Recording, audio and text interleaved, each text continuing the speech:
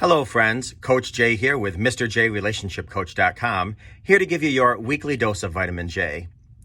I just wanted to briefly talk to you today about anger post being lied to or gaslit or stolen from or betrayed.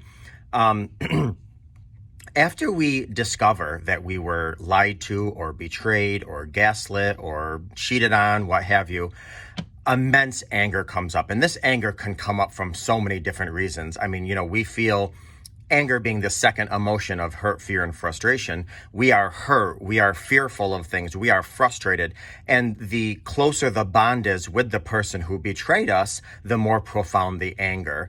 For instance, if we find out a stranger stole $10 from us, who cares? But if we find out that, our best friend stole $10 from us, that's a whole different category. So when we have this anger, we are like profoundly infuriated. We're angry at the disrespect. We're angry because we feel duped. We're angry because maybe lost sleep or loss of productivity. We're angry because we're angry. And anger actually is a great thing if you use it as a motivator to do good things or be productive.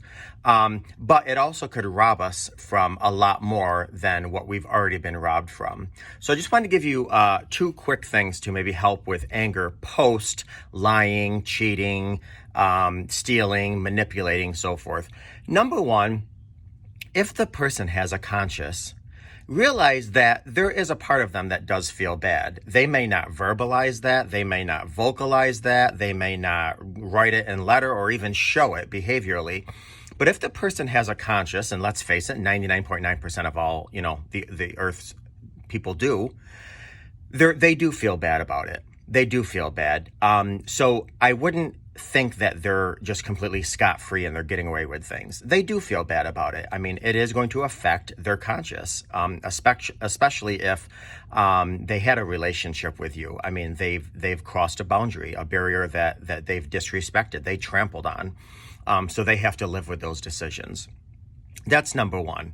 And number two, which is most critical, and this is regardless if you want to reconcile with the person who betrayed or lied or cheated on you, or you want to walk away from this person, is your own personal healing. And one of the quickest and best ways to do that is to change the narrative in your own mind. We have this inner dialogue. Think about it. When somebody breaks up with us or we leave a relationship, we think of, our ex is lying on a hammock while their new love is feeding them grapes, and getting, waved with air with big fig leaves.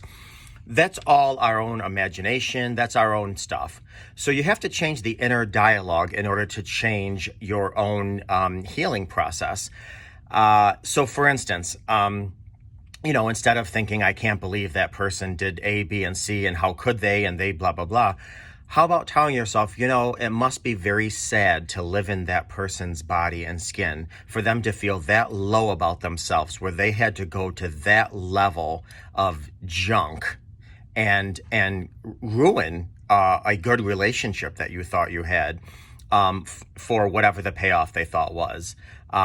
So again, changing that inner dialogue is to go from you did this to me to because of your own internal issues, I feel sorry for you.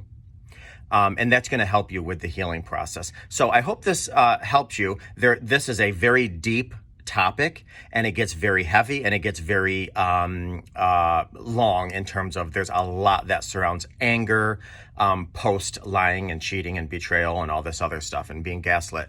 So I hope that helped. Feel free to reach out to me. Don't forget to click subscribe for this video, and send me a message if you want to hear anything else I can help you with regarding tips and techniques for life. I am Coach Jay. Until next week, take care of yourself and others.